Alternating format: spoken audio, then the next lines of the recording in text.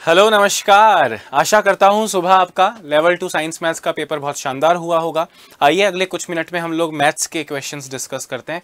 मेरा जहाँ तक मानना है मैथ्स का पेपर बहुत इजी और एवरेज के बीच वाला लेवल था, मतलब एवरेज से नीचे ही उसका आप लेवल समझिए। ईजीली आप लोग अटैम्प्ट कर पाए होंगे, एक अच्छा स्कोर आपका एग्जाम्स में आएगा। जितने भी ये वीडियोस अलग अलग सब्जेक्ट्स के डल रहे हैं, इनके डिस्क्रिप्शन में एक लिंक आपको मिलेगा जिसमें आपको सारे पूरी आंसर की मिल जाएगी। हमारे सीधा उसका लिंक मिल जाएगा जहाँ पे आंसर की हमने अपलोड की है। मेरे प्यारे दोस्तों, अभी बात करते हैं क्वेश्चन की। एक परिमेय संख्या का हर बोले तो नीचे वाला डिनोमिनेटर उसके अंश से 8 अधिक है। ठीक है, यदि अंश में 17 जोड़ने पर और हर में 1 घटाने पर परिमेय संख्या 3/2 प्राप्त होती है तो परिमेय संख्या क्या है। दोस्तों अभी इतना इजी क्वेश्चन था, आप इसमें एक्स वाई कुछ भी लगाएंगे, ऑप्शन टेस्ट हो सकता था, पर उससे भी लल्लू चीज क्या थी मैं आपको बताता हूं। आपसे बोल रहे परिमेय संख्या का हर यानी नीचे वाला ऊपर वाले से 8 अधिक है, मतलब ऊपर वाला अगर x है तो नीचे वाला 8 अधिक है। ऑप्शंस में अगर आप गौर करेंगे तो इसी में हर जो है वो ऊपर वाले से अंश से 8 अधिक है। इसमें 8 कम है, इसमें 8 का फर्क ही नहीं है, इसमें कम है। तो मतलब आप सोचिए ना कि क्वेश्चन को करने से पहले ही उसका आंसर क्या दिया है, क्या पूछा है, लीव इट। परिमेय संख्या क्या थी ओरिजिनल वाली, तो 13/21 option 1 is the correct answer. और अगर ऐसा होता कि ये 8 का अंतर और नीचे हर बड़ा ऐसे दो ऑप्शंस में होता तो आप ऑप्शन टेस्ट कर लेते हैं, बहुत अच्छा रहता। अंश में 17 जोड़ने पर तो 13 में 17 जोड़ूंगा तो 30 आएगा, और हर में 1 घटाने पर 21 में से 1 घटाऊंगा तो 20 आएगा। 3:2 आता है। जी हाँ, देखो 3/2 प्राप्त होता है। ठीक है, ओके। नेक्स्ट क्वेश्चन, छोटी से छोटी वर्ग संख्या जो 7, 14 और 21 में प्रत्येक से विभाजित हो जाए। दोस्तों 7 से भी विभाजित हो जाए, 14 से भी विभाजित हो जाए और 21 से भी विभाजित हो जाए। अब ध्यान से मेरी बात को जरा गौर से सुनना। छोटी से छोटी वर्ग संख्या, वैसे इसका आंसर तो 1764 है, इसको भी आप ऑप्शन टेस्ट से कर सकते थे, पर 7, 14 और 21 का एलसीएम इनसे विभाजित है, मतलब एलसीएम तो होना चाहिए। 7 से गया 1 बार, 2 बार, 3 बार, 7 से गया 2 से गया 1, 1, 3 और 3 से गया 1, 1, 1। अब सुनिए, 7 दूनी 14 तिया 42, 42 इन सबसे विभाजित है, पर वो पूर्ण वर्ग संख्या नहीं है। मुझे बताओ, ये 7 × 2 × 3, मुझे इसको पूर्ण वर्ग बनाना है तो 7 भी 2 होने चाहिए, 2 भी 2 होने चाहिए, 3 भी 2 होने चाहिए। मतलब ये पूरा आंसर कैलकुलेट करोगे तो 42 का स्क्वायर मिलेगा। 42 का स्क्वायर 1764 होता है, option second. Moving to the next question, बोले इसका मान क्या होगा। मेरे दोस्त अब इसको आप ढंग से कैलकुलेट करना, गलती मत करना। ढंग से कैलकुलेट करोगे तो 0.1 आंसर निकल जाएगा। ढंग से बोले तो मुश्किल नहीं है, आप सब जानते हो 2216 का घनमूल 6 होता है, 8 का घनमूल 2 होता है, 343 का घनमूल 6 होता है। ये 0 0 कितने लगा रखे हैं, पॉइंट कितने के पहले, इसका थोड़ा सोच विचार के करना। जैसे आप देखो, ये है 1/8 का क्यूब रूट 2, 216 का क्यूब रूट 6 होता है, पर डेसिमल के बाद 6 डिजिट्स हैं, तो 6 का मतलब डिवाइड बाय 3 करोगे तो 2 डिजिट्स आने चाहिए, तो 0.06 होगा। वैसे ही यहां प्लस है, 343 का क्यूब रूट 7 होता है, घनमूल लिखा है ना 7 होता है, डेसिमल के बाद 6 डिजिट्स हैं तो 6/3 2 डिजिट्स होंगी। अब ये 0.06 ऊपर जाएगा, 0.06/2 प्लस 0.7, 2 से गया 0.03 प्लस 0.7, इसको आप करोगे 0.03 प्लस 0.7, 0.03 प्लस 0.7 करोगे, 0.07 है ना, सॉरी, हाँ, तो 0.03 प्लस 0.07, 7 + 3 10, 10 में 2 के पहले पॉइंट यानी 0.10 या 0.1 एक ही बात है, ऑप्शन सी करेक्ट हो जाएगा। अगले क्वेश्चन पे चलते हैं। शंकर मशीन खरीदने के लिए 25,000 रुपये का ऋण लेता है, वह 1 वर्ष 6 महीने बाद 12% वार्षिक दर से कितना धन लौटाएगा, जबकि ब्याज वार्षिक संयोजित होता है। दोस्तों अब देखो, ये 1.5 साल दिया है, वार्षिक संयोजित होता है, इस तरह से वार्षिक संयोजित होता है। वार्षिक संयोजित होता है को लिखने की जरूरत नहीं है अगर साधारण ब्याज हो, पर यहाँ पे साधारण या चक्रवृद्धि नहीं लिखा है, तो ऐसे लिखने का अर्थ ऑटोमेटिकली ये होता है कि चक्रवृद्धि ब्याज की बात चल रही है। तो अब ध्यान से मेरी बात को सुनना। 1 वर्ष 6 महीना 12%, तो 25,000 रुपए कितना धन लौटाएगा, मतलब मिश्र धन कह रहे हैं। तो पहले साल पूरा 12% यानी 112/100, और दूसरे साल आधा ही साल हुआ 6 महीने, तो 12% की जगह 6% ब्याज लगेगा। जब आप इसको सॉल्व करेंगे तो आंसर आपको मिलेगा 29,680। 29,680 बोले तो ऑप्शन डी इसका करेक्ट आंसर है। Moving to the next question. Rajan ने 2 छत पंखे 2500 रुपए प्रति पंखे की दर से खरीदे। उनमें से एक पंखे को 15% लाभ और दूसरे को 8% हानि पर बेच दिया। इस सौदे में उसे कितने प्रतिशत लाभ या हानि हुई? दोस्तों जरा गौर से सुनना। 25,000 रुपए प्रति पंखा, मतलब दोनों 2500 के ही हैं। तो क्योंकि कॉस्ट प्राइस सेम है, तो एक को 15% लाभ पे बेचा, दूसरे को 8% हानि में बेचा। तो दोनों का एवरेज निकाल लो। अगर दोनों लाभ होते तो प्लस करके 2 से डिवाइड करते, दोनों एक में से एक हानि है तो डिवाइड करके 2 से माइनस करके 2 से डिवाइड कर दो, तो 7/2 यानी 3.5% आपका आंसर आएगा। ऑप्शन सी इसमें आपका करेक्ट आंसर हो जाएगा। Moving to the next question. 588 metre लंबे 50 मीटर चौड़े एक आयताकार खेत में एक 30 मीटर लंबा 20 मीटर चौड़ा और 12 मीटर गहरा खड्डा खोदा गया। इस प्रकार खोदकर निकली गई मिट्टी बालू का खेत के शेष भाग में एक समान रूप से फैला दी जाती है। इस खेत की बढ़ी हुई ऊंचाई क्या होगी? मेरे दोस्त, एक बड़ा मैदान था, उसमें से आपको एक छोटा सा खड्डा किया, खड्डे में से मिट्टी निकली और वो मिट्टी यहां फैला दी।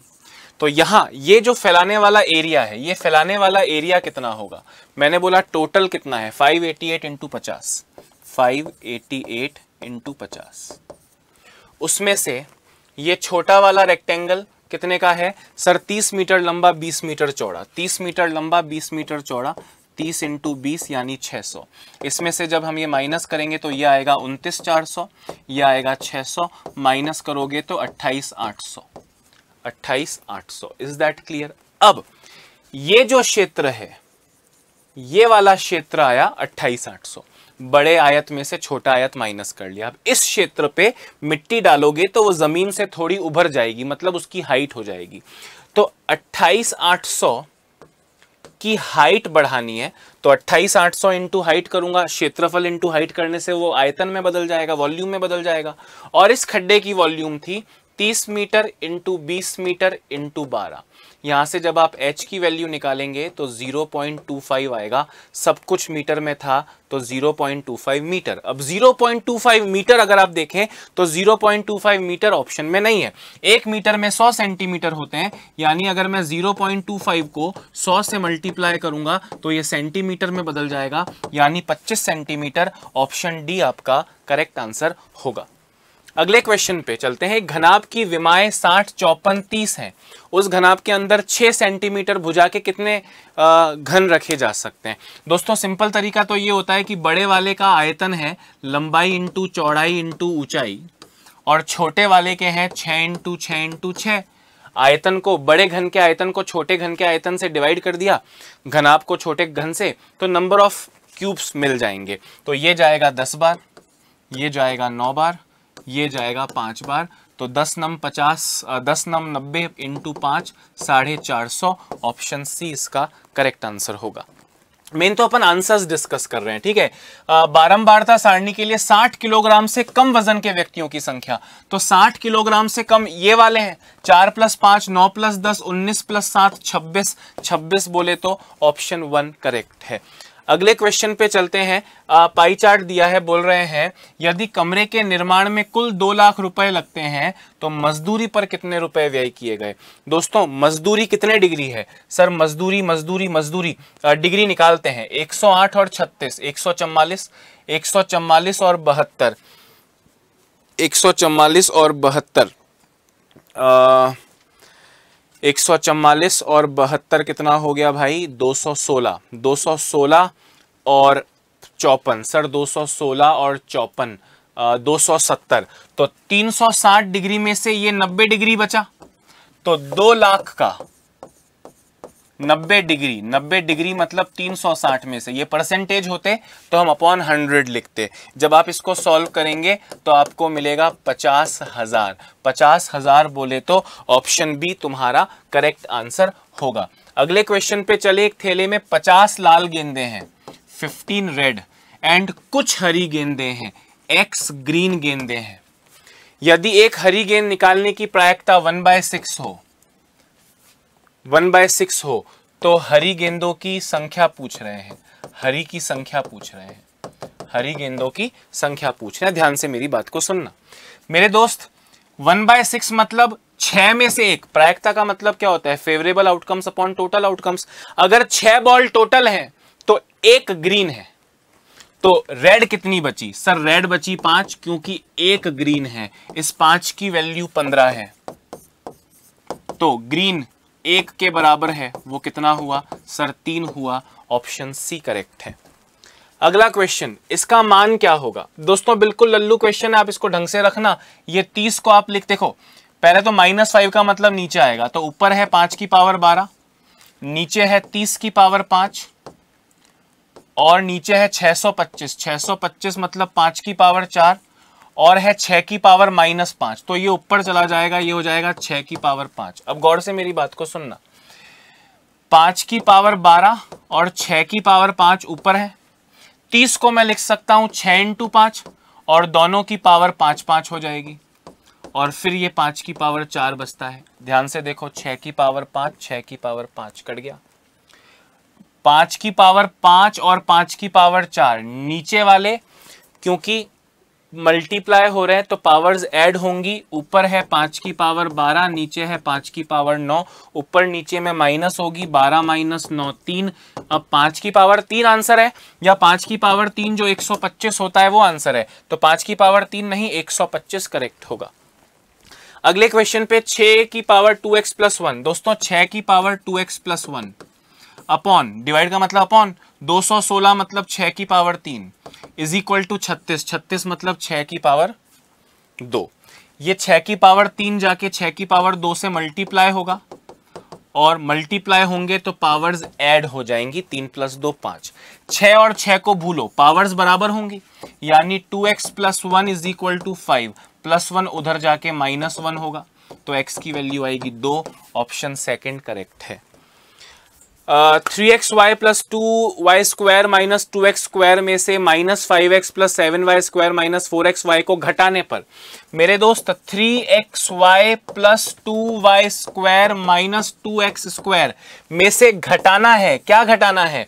-5x², तो मैं स्क्वायर के नीचे ही लिखता हूं, -5x² + 7y² - 4xy - 4xy। अब देखो माइनस माइनस प्लस हो जाएगा, ये माइनस हो जाएगा और ये प्लस हो जाएगा, माइनस था इसलिए। अब ध्यान से सुनो, 3xy + 4xy 7xy।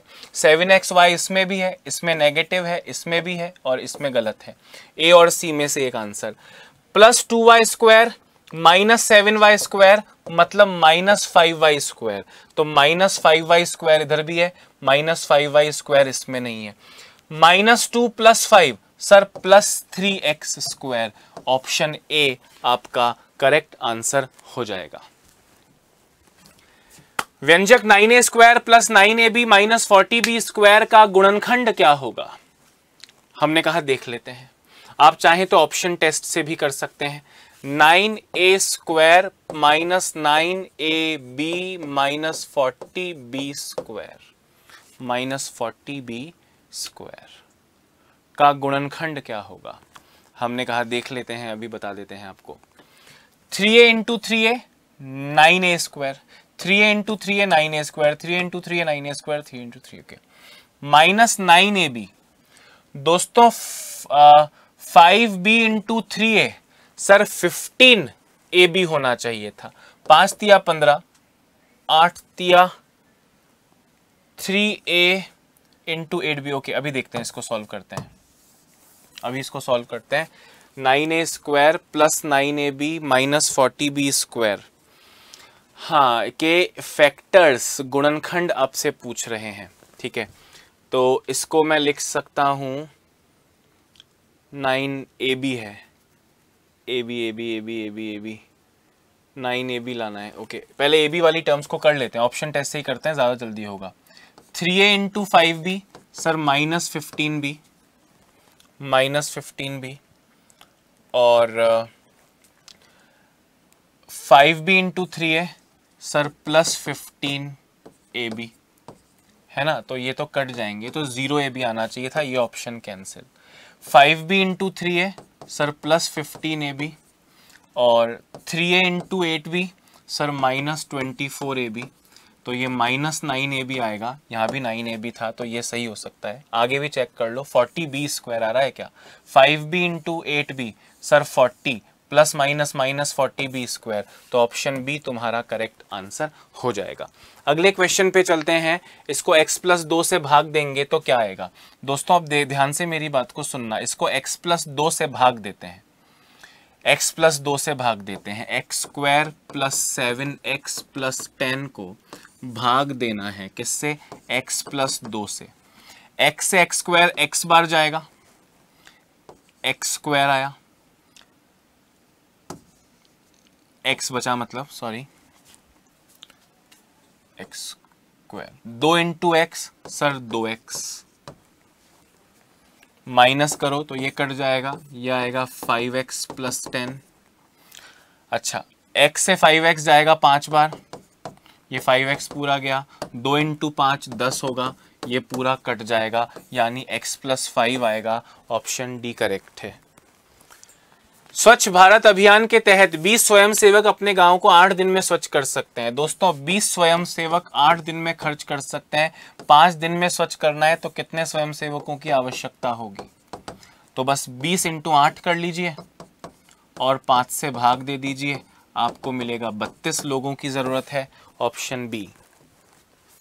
Partha car द्वारा झुंझुनू से जोधपुर 60 की स्पीड से 9 घंटे में पहुंचता है। दोस्तों 60 किलोमीटर की स्पीड से 9 घंटे में, तो दूरी आ गई 60 इंटू 9 यानी 540। परंतु वापस लौटते समय 4.5 घंटे में आना चाहता है, 4.5 घंटे में, यानी 2 चौक 8 + 1 9/2 घंटे में आना चाहता है। तो समय कितना, तो लौटते समय उसकी औसत चाल क्या होगी। चाल का फॉर्मूला दूरी बटा समय। 2 ऊपर चला जाएगा, 9 से 9 जाएगा, 2 ऊपर चला जाएगा,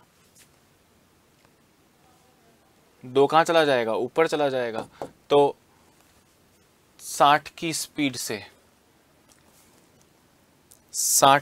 से 9 घंटे में, इसमें कोई मिस्टेक तो नहीं है। 40 इंटू 9 तो नहीं था, ये 9 घंटे में पहुंचता है।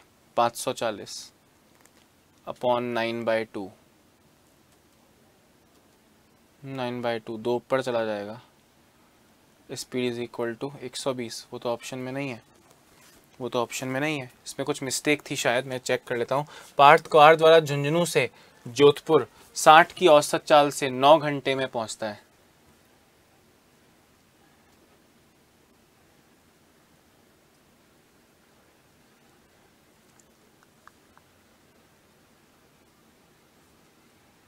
दोस्तों ये 9 नहीं, ये 6 घंटे है, ठीक है, ये 6 घंटे है, ठीक है। आपके जो क्वेश्चन एग्जाम में आया था उसमें ये 6 घंटे था, तो ये 6 और ये 4.5 घंटे में 9/2 में। अब 2 चला जाएगा ऊपर, 60 इंटू 6 अपॉन 9, और ये 2 चला गया ऊपर। 3 से गया 2 बार, 3 से गया 3 बार, 3 से गया 20 बार, 20 इंटू 4 80 आंसर आएगा। Option A. एक गांव की जनसंख्या 3 वर्ष पहले 50,000 थी, उसके पश्चात पहले वर्ष में जनसंख्या में 5% की बढ़ोतरी हुई, दूसरे वर्ष में 10% घट गई, तीसरे वर्ष में बढ़ोतरी की दर 4% पाई गई। गांव की वर्तमान जनसंख्या कितनी होगी। दोस्तों 50,000 थी, कितनी थी, 50,000 थी, ठीक है। 50,000 में से बोले पहले वर्ष में 5% की वृद्धि हुई, मतलब 105/100, दूसरे वर्ष में 10% घट गई, मतलब 90/100, और तीसरे वर्ष में 4% बढ़ोतरी पाई गई, मतलब 104/100। जब आप इसको पूरा सॉल्व करेंगे तो आपको 49140 आपका आंसर मिलेगा। ऑप्शन सी इसका करेक्ट आंसर होगा। हाँ, यहाँ पे x की वैल्यू, ये वाला एंगल आपसे पूछ रहे हैं मेरे दोस्त, ये 95 तो ये भी 95, क्योंकि पैरेलल लाइंस है, करस्पॉन्डिंग एंगल्स। अच्छा, ये 95, ये 30 है तो ये भी 30। आपने बोला हाँ, मुझे बताओ ये टोटल एंगल 180 डिग्री होगा। 95 और 30 125 हो गए, तो ये कितना बचा सर? ये x बचा 180 माइनस 125। इन दोनों के टोटल को मैं 180 में से घटाता हूं। ये 30 कहां से आया? 30 के सामने वाला शीर्ष अभिमुख कोण, तो ये आया भैया कितना? 55 डिग्री। 125 जब 180 में से माइनस होगा 55 डिग्री। ऑप्शन 1 करेक्ट है। हाँ, ए बी सी कॉन्ग्रुएंट है किसके? एफ डी ई के। बोले A B is equal to 5 centimetre, angle B is equal to 40 degree, angle A is equal to 80 degree. तो मुझे बताओ ये एंगल कितना होगा? सर 180 टोटल होता है, तो ये 60 डिग्री हो गया। ठीक है, angle A is equal to, निम्नलिखित में से कौन सा सही है? बोले D F is equal to 5। मैंने बोला डी एफ, ये ए बी था, ये डी एफ है, हाँ ये भी 5 होगा। ठीक है, इसमें भी यही है, इसमें भी। तो इन दोनों में से कौन सा होगा देखते हैं, इन दोनों में से कौन सा होगा देखते हैं। बोला angle F is equal to 60। मैंने कहा नहीं, एंगल एफ तो 80, क्यों? जैसा एंगल ए वैसा एंगल एफ, तो ये गलत, बी सही है। Angle E is equal to 60, C 60 था तो ई भी 60 होगा। Yes, B is the correct answer. ठीक है, तो ये क्वेश्चंस थे। बाकी टीचिंग मेथड्स के आपको वैष्णव सर के वीडियो में मिल ही रहे हैं, तो वो भी आप ज़रूर देखिएगा। तो मुझे लगता है दोस्तों, एक या दो क्वेश्चन में 5 सेकंड्स छोड़ने का या गलत होने का तो एक भी क्वेश्चन नहीं था। एक दो क्वेश्चंस में कैलकुलेशन ज़्यादा थी, एक दो क्वेश्चंस में आप ये सोच सकते हैं कि क्वेश्चन आने के बाद सोचना पड़ा क्या करें क्या ना करें। पर अगर पूरी दिमागी तंदुरुस्ती के साथ हम एग्जाम में गए थे तो इन क्वेश्चंस ने आपका बाल भी बाका नहीं किया होगा। खैर, जो बीत गया सो बीत गया। अब आप जो है अपने अगले लक्ष्य, जो भी आपने अपने लिए सोचा हुआ है, आगे सेकंड ग्रेड फर्स्ट ग्रेड जैसे कई चुनौतियां आपके सामने आने वाली हैं, कई लक्ष्य आपके सामने हैं, तो उनकी तैयारी में लग जाइए। रिजल्ट शायद जल्द ही हमारे सामने होगा, वो देख लेंगे क्या है कैसा है। पर जो बीत गया अब ना उस पर ज़्यादा उस पर बहुत ज़्यादा आपको वो भी नहीं करना है कि उछल कूद हो रही है, और बहुत ज़्यादा हतोत्साहित भी नहीं होना है। आपको मज़े करने हैं, पढ़ाई करनी है और लगातार अपने लक्ष्य को साधने के लिए प्रयत्न करना है। तो आशा करता हूँ एक्सप्लेनेशन से ज़्यादा इंपॉर्टेंट खैर आंसर्स बताना था, वो आप तक पहुँच गए होंगे। एक्सप्लेनेशन भी ठीक ठाक समझ में आ गया होगा। आगे की परीक्षाओं में उत्कर्ष आपके साथ खड़ा था, खड़ा है और खड़ा रहेगा। इस वादे के साथ अभी के लिए इतना ही। खुश रहिए, स्वस्थ रहिए, लगातार पढ़ते रहिए। नमस्कार।